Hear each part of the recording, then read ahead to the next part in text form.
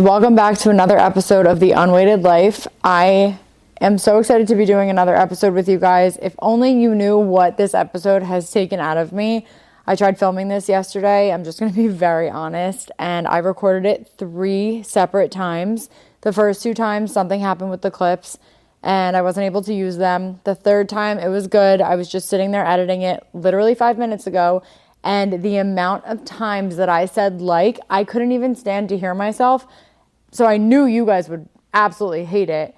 So I decided that I was going to get rid of that one and start fresh. So here we are. We are going to be talking today about my whole entire journey being on semaglutide. I want to run you guys back through everything. I know there was a lot that I missed on social media because I didn't start talking about it until 8 or 9 weeks. And I know I have a lot of new followers too, so I want to make sure that you guys are all caught up and you kind of know what's going on. And I just want to talk about my exact experience with semaglutide, what led me to that point to start taking it. And then I want to talk to you guys about what my maintenance journey is looking like right now, kind of just elaborate on it a little bit more. Something I wanted to touch on really quick. Yesterday, I received some fan mail. If you don't know what the fan mail is, I can explain briefly. It's basically just a place where you guys can write in and talk to me through there. I can't write back to you. I can only read what you're saying. I'm not able to actually respond back to you there. So I have to address it either here or if you guys can, just send me a DM if you actually have a question that you want answered. But if it's anything that you want to be filmed and put on the podcast, happy to see it there. So the fan mail that I got is really important for me to address. The person said, I just want to say that your information and podcast is really helpful, really in-depth. I appreciate the candor. I especially appreciate Nurse Meg's expertise, but during the maintenance episode when Ashley said something like, John goes, you didn't eat anything. And I'm like, yes, I was shocked. This is what made me write this text. It was such an unabashedly dangerous starvation mentality. Not only am I like, are you okay? I also want to say that women of all ages from 10 to 12 years on up will be listening to this. Being happy that we didn't eat anything does not hit me as a healthy mindset. And as someone with a teenage eating disorder, I can say from experience that this is a dangerous promotion. So there's a couple parts to that. And the reason I want to address it is because, one, I'm really happy that she sent that in because this gives me an opportunity to kind of see the way that people are viewing the things that I say. And I want to make sure that I am crystal clear with my message and what I am giving to you guys. If you know me, if you followed me, you know I am candid, I am open, I am honest. I do not filter what I say, sometimes to a fault. I love that I don't have to filter myself. When I see a message like this, though, it does make me think maybe I should be saying things differently, but I just don't know that I'm capable. So I'm going to address it right now. I have never suffered with an eating disorder. I don't have that mind. I was never capable of not eating.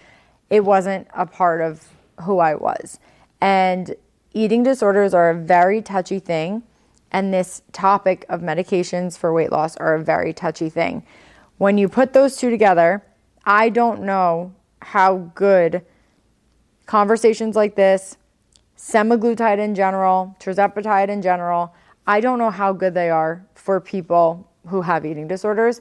And I'm saying that not from a medical background. That is just a personal thing that I have seen just from talking to people in my comments and my messages and all of that who have suffered eating disorders. And they've recovered. And I just kind of look at it that if you're in recovery and you're trying to have a good relationship with food and you are someone who sees people on a medication that maybe you're not eating a lot, it helps you to not eat a lot. I don't know how good that is for that mentality, if that makes sense. But that being said, I don't know enough about eating disorders because I've never experienced one.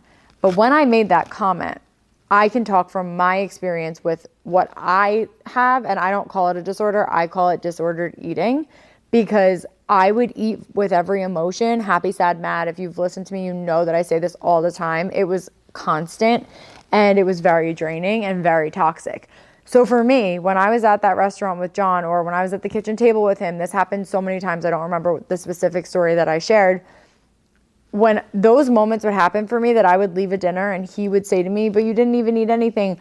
I was so proud of myself because that was a victory for me. The fact that I could go out to dinner and not eat everything on the table, that was a victory. And I am sorry if that comes off offensive to some people, that was celebratory for me. But the mind that I have, that's okay to be celebrated. It's okay to be like excited that I didn't eat the entire table and I wasn't the person going home with the award of finishing everybody's leftovers. So that's kind of just where I stand on that. I never want to offend anybody ever. I have no ill intent when I do these podcasts, when I talk with you guys. I really am just trying to be as open and honest as I possibly can be. And I think that being that honest and saying that that was a victory for me, I think that yes, the people who've suffered from eating disorders, definitely, that's not something that's good for you to hear maybe, but the other half of the people who listen, who know exactly what I'm feeling and have been in my shoes and know how good that felt to be celebrated, I think that they have a different perspective. So it's all relative to where you're at in your life. And as always, like, you guys do not need to watch this. I want to inform you. I want to educate you. I want to be the person that you guys can come to, because I know a lot of people don't talk about being on this and they don't share these stories. And I always want to be an open book and have open arms for you guys. That being said, I obviously need to keep myself, candid and open and honest. So I hope that explains the context of why I said that, and you can now understand from my perspective because I understand it from your perspective. Let's get into my story now. I can't believe how many times I've repeated this in the last 48 hours. This is just crazy. So I'm going to take you guys right to week 1. And actually, no. First, I'm going to take you guys to life pre-semaglutide. I'm just going to give you a little background on me and what my journey has looked like leading up to turning to semaglutide for help, literally.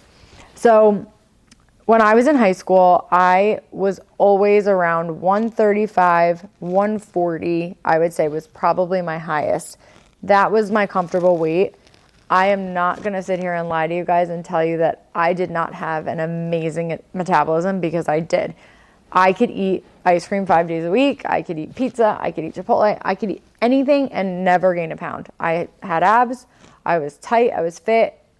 I guess genetic, I don't know, but I just never really had a problem.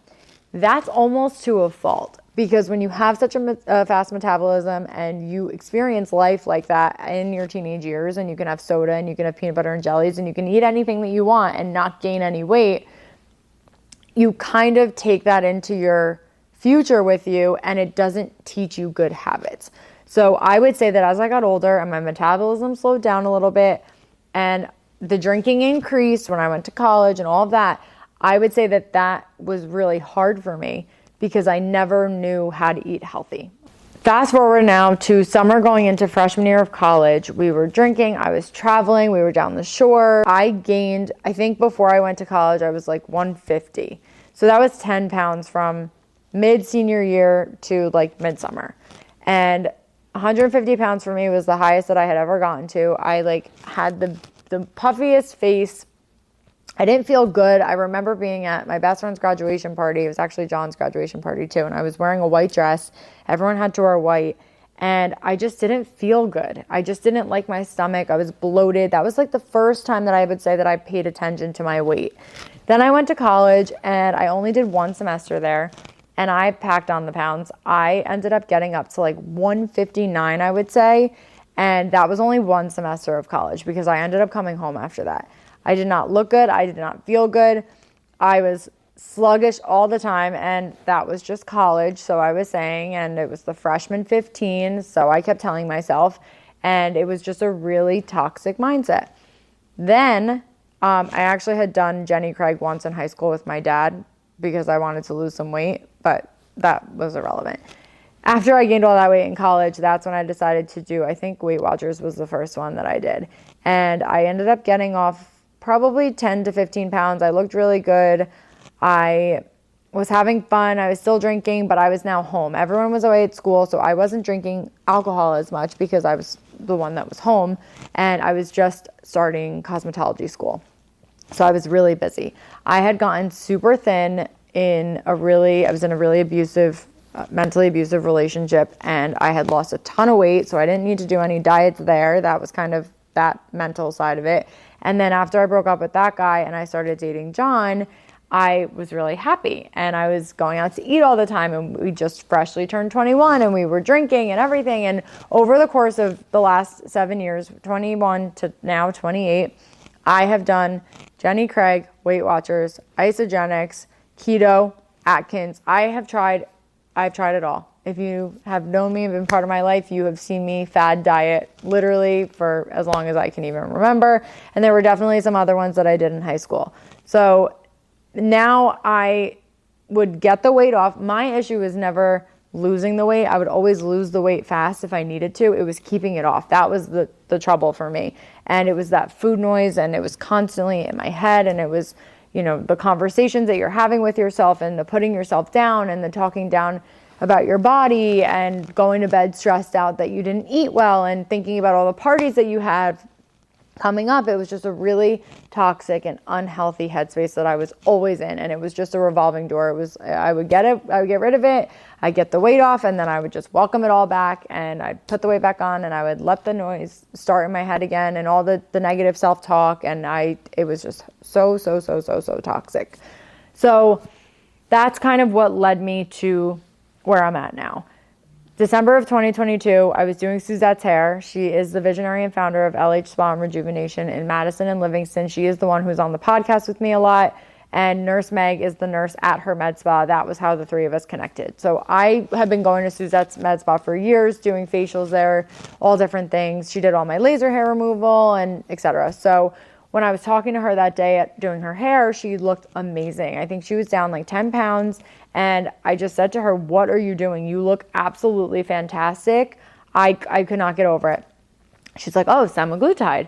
And I said, "Isn't that the stuff that the Kardashians do?" Because I had been researching Ozempic. I didn't realize that semaglutide and Ozempic were the same thing. Ozempic was just a name brand. So she kind of educated me a little bit. And I said, "Is there like a specific age range that you can do it? Do you have to be a specific weight?" Because it was so in my head, and I know so many of you will resonate with this. Everyone would say to me, "Oh, you don't need to lose any weight. You don't need to lose any weight. You look so good. You're fine." Okay, just because I was proportioned and maybe you thought I looked good didn't mean that I actually felt good or was a good weight for my body type or that I was even supposed to be that weight or that I was even healthy. None of that mattered, to anybody else. Everyone just looks at you and thinks you don't need it. And I disagreed with everybody. I knew I needed it. I knew that I was out of control. I knew I really was struggling, and I was so stressed out. And I ended up going to the med spa right from there. You need to get blood work before you start, and you need to get on the InBody. So I actually had blood work from a month prior with my panels on it that needed to be done to check if you were an okay candidate and you were healthy enough to go on the medication. So I had that was done. And then I went and got on the InBody, and this was before she was really busy with it because not that many people knew about it yet or were talking about it. It was very, very, very new. Mind you, when I started, she was the only person that I knew that was even on it. And thinking about that now is such a crazy concept. I can't believe I started something that I knew nothing really about other than my own research, and I didn't have anybody else to look at or go off of. So I go to the med spa, they do all of the steps to start me in the onboarding process, and I get my first injection. And as soon as I left, I called my parents, and I just wanted to let them know. So I said, "Mom and Dad, just want to let you guys know I started this weight loss medication. It's an injection," just in case I dropped. You just never know. So I wanted them to know, and I told John. And I swore I wasn't going to tell anybody until I knew enough about it and I knew if it worked or not, because the worst thing is everyone will be like, "Oh, that's not even going to work. That's not even going to work." So many people said that to me. I'm replaying specific people in my head right now. I fucking know who you are. So anyway, I ended up going on it. First week, I didn't think anything about it. I said, "I am not thinking about side effects. I'm not researching anymore." I knew enough that I knew it was safe to go on. I knew all of the risks. I knew that the thyroid cancers that were being discussed were found in only rodents. And I knew that I knew all of it. I knew the risk of, you get headaches, you can get nauseous, you could get constipated. I had all of that explained to me. I knew the importance of eating protein. All of that was explained in the onboarding process. So I felt really confident starting. I decided I'm not going to look into it any further. So week 1 goes by. I didn't change my diet. It was recommended not to change anything drastically. So she said, do not go run 6 miles if you don't normally run 6 miles. I said, okay, no problem. I haven't worked out in I don't know how long, so I am not going to go and take this on. I was riding the Peloton at the time a little bit, so I knew I could do that if I wanted to, but I actually did nothing because I truly didn't want anything else to get in the way of me seeing if the medication worked. And that meant if I started eating super clean, I didn't want to be like, oh, okay, I'm losing weight because I'm eating really clean. Or if I started working out a lot, oh, I don't want to think I'm losing weight because of that. I want to actually know if it's the medication. So that's why I decided to just let it work, and that was it. Week 2 comes, nothing. My appetite, I thought, was a little suppressed. I didn't notice anything too crazy. Week 1, I was on 5 units. Week 2, I was on 10 units. And I went up in increments of 5 until I got to 25. And I'll explain that to you guys as well. So now I'm at 10 units. Week 2, the appetite suppressed a little bit. Nothing crazy. I thought maybe it was just because I was subliminally controlling that, if that makes sense. Then week 3 comes. And now this is Christmas week. I felt different. I felt in my face, my jeans were fitting a little bit differently. So I kind of had a feeling, and one of my sweatsuits actually was a lot looser. So I thought maybe it is working. So week 3 comes, it's Christmas week. It's the 20th, 21st, 22nd, one of those days, whatever. And I'm sitting here in my kitchen and I'm making Christmas cookies with my family. My cousins are over. We're listening to Christmas music, and usually I would be eating all the cookie dough, all the icing, licking the bowl, eating the cookies after, and I wasn't eating any of them. I had just eaten dinner, and that was enough for me. I didn't even think about it. I wasn't craving sugar. There was a time where I realized in that 3rd week too, I would normally have peanut M&Ms before I went to bed. I would have 3 or 4 if I just needed a chocolate fix. I had gone 5 days and without a peanut M&M, and I was like, wow, that's really crazy. I can't believe that I didn't have any. And I wasn't even realizing, because again, it was to me like ignorance is bliss. And that was such a beautiful thing that I got to experience, because it wasn't all over social media yet. I had nobody to go off of. No one was talking about it. This was still so new. So I had nothing to go off of. I didn't have bad info, good info, I just nothing. So now week 3 was when I noticed that. So then after the Christmas cookie thing, I decided to get on the scale. And I believe, don't quote me on it because I did not write this down, I think I was down 7 pounds in 3 weeks. And I really had no idea. I felt a little bit different, but I was addicted to it, because I'm like, okay, I feel this much better just with 7 pounds. Imagine when I hit, I think my original goal, because I was 158. I think I wanted to be at 145, which was 13 pounds, right? Yeah, 13 pounds. So which is crazy, and I ended up losing 30 total. But once I got to that 13 off, I looked at myself and I said, okay, I can handle a little bit more. Until I really was truly happy with what I looked like. So now week 4 comes. This is New Year's Eve, and I went to John's restaurant. That day, I worked from 7 a.m. until 5 p.m., okay? Didn't eat a single thing. I did not have a break. I was at my studio literally banging clients out, and I did not have a single break to eat.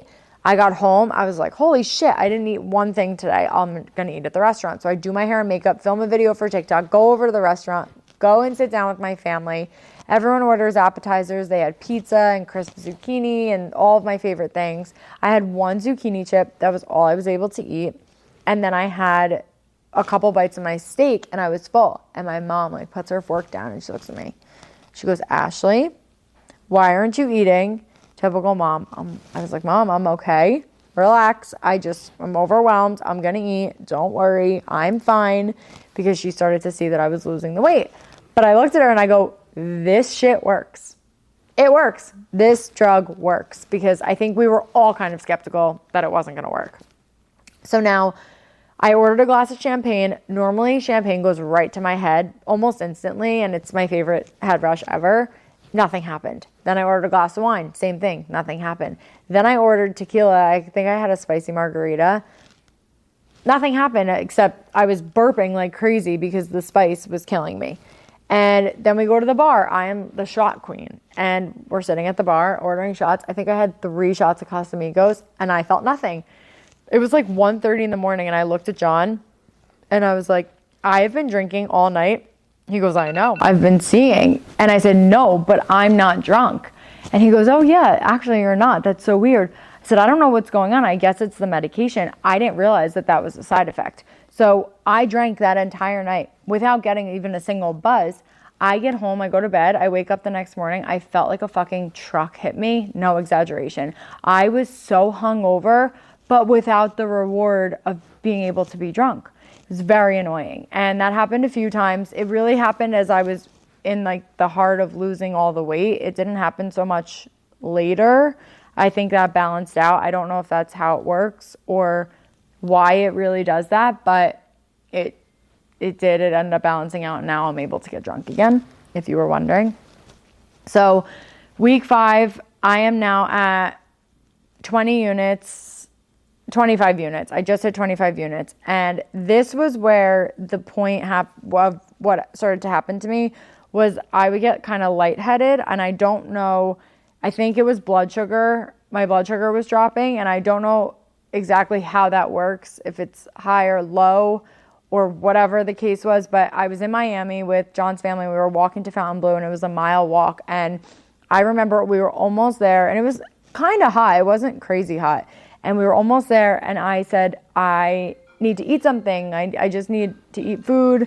I feel like kind of like a little bit lightheaded, but I didn't tell anyone I felt like I was going to pass out. So we get to Fontainebleau. I ordered a Coca-Cola. I felt a little bit better. I had some bread, put something in my system, and I was like, all right, I feel a little bit better. What would happen to me was if I didn't eat first thing when I woke up, I think my blood sugar was getting fucked up while I was sleeping. And then I would wake up and I needed food. And if I ran out of the house, like breakfast wasn't always my thing. So that was really difficult for me. So I figured that out early on. And then now I always will get up, have a protein shake, have an egg, have a piece of toast, anything easy just to put a little bit of something in my stomach. It doesn't happen to me so much anymore. It was really just during those times. So now we're in Miami, and we go to like some of the best restaurants, and we're ordering the food, and it's coming out, and we were ordering normal, how I would normally eat and how I would normally help and contribute to my meal with everybody.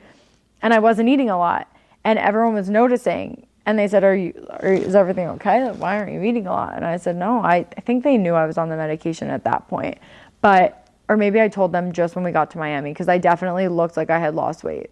So whatever, I didn't eat much. And then I remember coming home from that trip, and I was down 5 pounds just from that trip. I don't think I weighed myself right before I went. So that 5 pounds could have been between New Year's and that week. So like during like a whole like week and a half, 2 weeks, but I was down so much weight, and that never happened to me on vacation. You know, you're drinking and eating, and you're like, I always gain weight whenever I go away, and not anymore.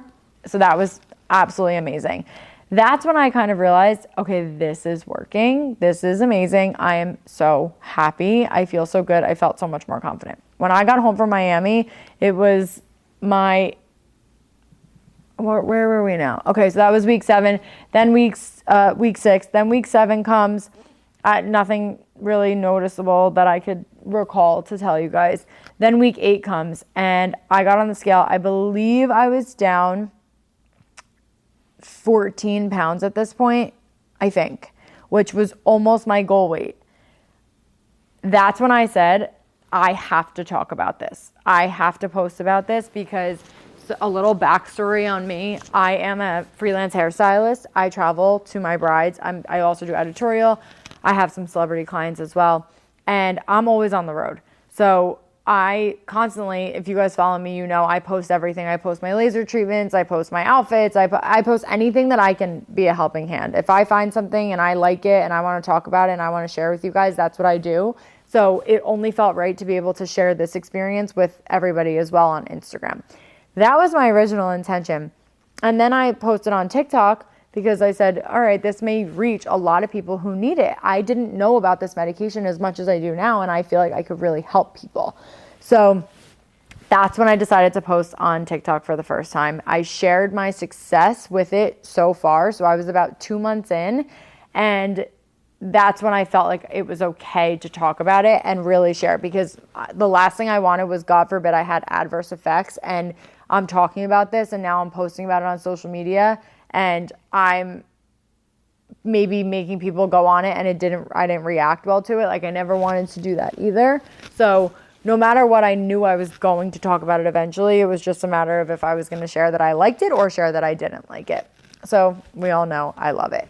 Now, this was where I kind of updated you guys on everything, but I was at 8 weeks, I was at, so 6 weeks was 20 units, 7 weeks was 6 weeks was 25 units, 7 weeks was 25 units too. And for 25, 30, and 35, I stayed at each of those for 2 weeks.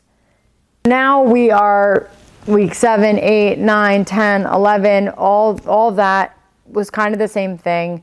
I had the same sugar issue. I never really got I was always constipated even prior to doing semaglutide, so I couldn't really say that I was more constipated from being on it. It was kind of just the same.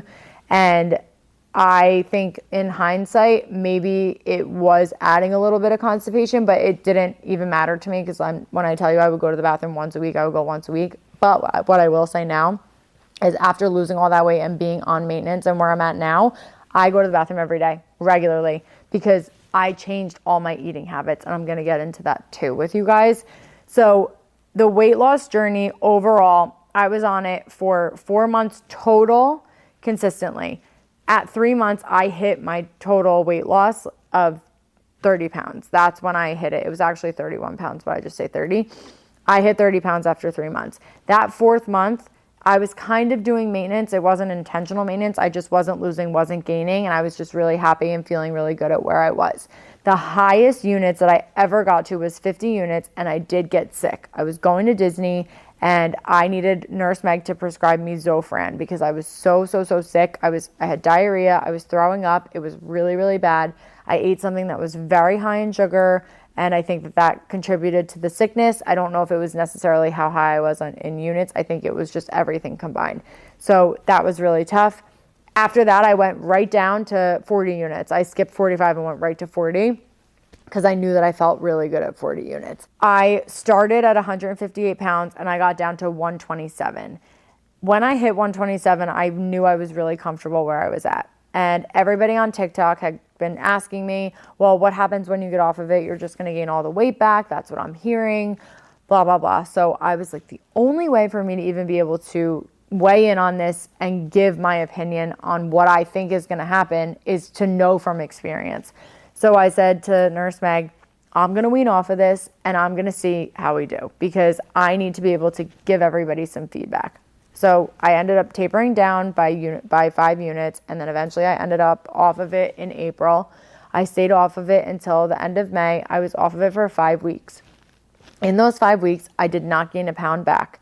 But what I will tell you is the food noise comes back, the hunger comes back. The medication only works while it's in your system. It's not going to work when it's out of your system. So that was really tough for me.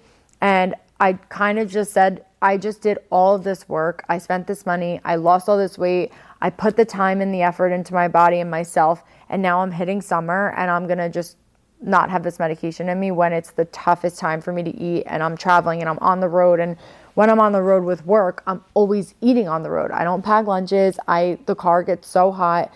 I never like the way anything tastes in a lunchbox. It's the weirdest thing, but it's just not something that I'm into. So I would always eat on the road. I would have McDonald's. I'd get Taco Bell. Like, I ate like shit prior. So my eating habits were not great prior to semaglutide, but it was also that I couldn't mentally control myself from wanting to eat everything. And that was the biggest problem. And when I could eat healthy, I would always ruin it with something. And it was just a very vicious cycle. But now we're in a much better place being on semaglutide. Now, maintenance. This was where maintenance started because it was Memorial Day weekend and I said, I do not want to not be on this medication. So I texted Suzette and I was like, hey, I'm going to start again. I want to try maintenance. I just skipped right over maintenance just to kind of tell everybody how I was doing on it. And I just want to be able to also weigh in on maintenance. And if I can be on it, I'm healthy enough to be on it, I can handle the payments. Why not? You know what I mean? So I decided to get back on and I had to climb back up, which if I were to do it differently, what I would give you guys as advice is to never get off. Like, I'm not saying never get off, but if you're going to taper down and you want to maintain, maintenance is a really good thing. And I think that it's a very important step in this because maintenance will allow you to be able to see what you can kind of do on your own, because at a lower dose, you still have that food noise and you still have that freedom to eat what you want, and you're not always so full, and you have to be able to stop yourself. And I think it's a really good way to gain control and learn your body and learn what your new norm is. The other thing is too, if you don't allow this medication to help you and coach you and teach you better habits, it's not going to have lasting effects when you get off of it. The other thing is, we've talked about this in other episodes too, so I'm briefly going to touch on it. Someone who is struggling with obesity won't be capable, most likely, of keeping this weight off when you don't have the medication in your body. But someone who doesn't suffer from obesity and just suffers from eating the way I ate, or just was overweight and needed a little help and a little push to get themselves back down because they were out of control, whether there was a death in their family or they got divorced or they lost somebody, like that's kind of what leads people into the weight gain era of their lives. And if that's the situation, yes, you probably could keep it off and just use this as assistance and then eventually be off of it. But there are just all different types of people and it's not going to work the same for everybody. So when I had gotten off of it, I kind of made a blanket statement saying, no, it's not going to work like that for everybody. You'll be able to keep it off. You just have to change your mindset. You have to have willpower. You have to be strong. It's not the case. Not everybody's genetic makeup is capable of keeping the weight off. So I just want that to be clear as well. So yeah, I got back on maintenance and I ended up getting to a really good number of 40 units. I was super happy there. I was taking it weekly, was not losing any weight. And then I decided that I was going to break that up and do 40 units every other week because I then could give myself a little bit less of an injection. One less injection, and I was happy to do that. So I was doing every other week for a while, probably a couple months, maybe a little bit longer. And I remember being like, okay, it was a little bit too far stretched, so let me actually cut that back and split that 40 into 20 and do it weekly again and just see how it goes. I like to play around so I can kind of give you guys advice on just personal experience. When I split it up and did 20 units weekly, I can't even tell you how much better I felt. I didn't realize I was fatigued. I was constantly tired. I had very, very low energy. My sex drive was literally shot. And when I started doing the 20 weekly, all of that changed. And I really realized that in that moment that it's probably not the best thing to be doing that high of a dose that far apart, because as Nurse Meg explains, that medicine only has a certain amount of shelf life in your body. And once that shelf life is done, which is usually 9 days, 10, 11, 12, 13, 14, the next 5 days, you're really with nothing. And then that fifth day when you shock yourself again. So it's not really that great to do it that way. So I definitely recommend weekly injections at a lower dose for maintenance. That was the best thing that I did. As far as eating habits go, it's really important to change your eating habits while you're on it, even if you're someone who's going to stay on it forever. Going on this doesn't mean that you're just going to get skinny and lose weight and just feel so amazing. Health is so important, and your cholesterol, all of that matters. So the fact that this is helping and assisting and helping you lose and lower all those numbers and really do amazing things for your body and improve your health tremendously, it also, you need to be assisting that as well with eating healthy. And it's very important to make sure that you're getting the proper amount of protein in. You want to make sure that you are staying nourished. I think a really big thing that happens, and I know that it's not always in your control, because there were times where I could not eat a lot at all, and I would go a day eating 600 calories, and I would get concerned. But then 2 days later, I was able to eat anything and everything, and there was no restrictions inside my body, which was crazy. So then I would actually end up making up for that. And I'm not saying that that's normal or that's right. That was just while I was losing. That's not how my life is now. Maintenance has allowed me to have balance. I can eat pretty much whatever I want in moderation without gaining weight, without not feeling satisfied. I'm always satisfied after whatever I eat. I'm good at getting all my protein in. I'm good at hitting my calorie count. I'm good at staying within my macros, and all of that has happened because this medication has taught me how to properly eat. And it's made me crave healthier foods. It's made me want less of sugars and more of natural foods and fruits and vegetables and all of that. And I don't really like vegetables, and I find myself craving them, and I will have them. And that wasn't something that was a part of my life. So I am very thankful for all of that. You have to just allow yourself to, first, when you start off, I always say, ride the wave and kind of just let your body tell you what it needs, because it will communicate it all to you. And do not overthink. Let yourself just give yourself time to really adapt to the medication. And then you start putting in your little things, right? You start eating a little bit healthier. You start adding in more protein. You start doing all the things that are going to eventually help you to keep it all off. So it really is such a beautiful medication, and I am so happy that I did it. I'm so thankful for it. You guys have no idea. I know I say it a lot, but really, it just changed my life for the better. And there's so much more to a person than their physical appearance and their weight. But when you are confident on the inside and you're confident on the outside, the version of you that's like that is superior. Because I was always confident on the inside, and I was confident on the outside, but there were always things that I wanted to change. And being confident on the outside was so important to me, because it just makes me feel better. And when I was able to put those two together, it was the best feeling ever. And it's also really hard being in the beauty industry. I am trained to look for perfection. That's what I do. I make hair look perfect. I used to make makeup look perfect. I study that. And that's really difficult, because you're constantly looking at things and striving for perfection. And you put that pressure on yourself too, to be perfect. And it's okay, but we have to take it easy on ourselves. And for me, the fact that I don't have to think about my weight, I don't have to think about what I'm eating, I don't have to think about any of that, makes my life 70% better. No exaggeration. It really, really does. So that all being said, I hope that I am delivering a positive message to all of you. I hope that you are enjoying listening to this podcast. As always, if you guys have any questions, please never hesitate to ask me. I'm always an open door. Sometimes I don't see them. Just send another one, or reach out to me on multiple platforms if you haven't gotten in touch with me yet. I'm happy to answer every single question that I possibly can.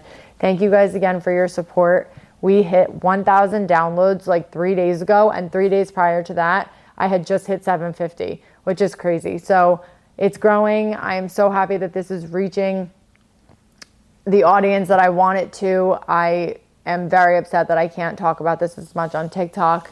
It really hits me hard, because the amount of people that I've helped on there, and it makes me so happy to do, and it's being suppressed, and that makes me so sad.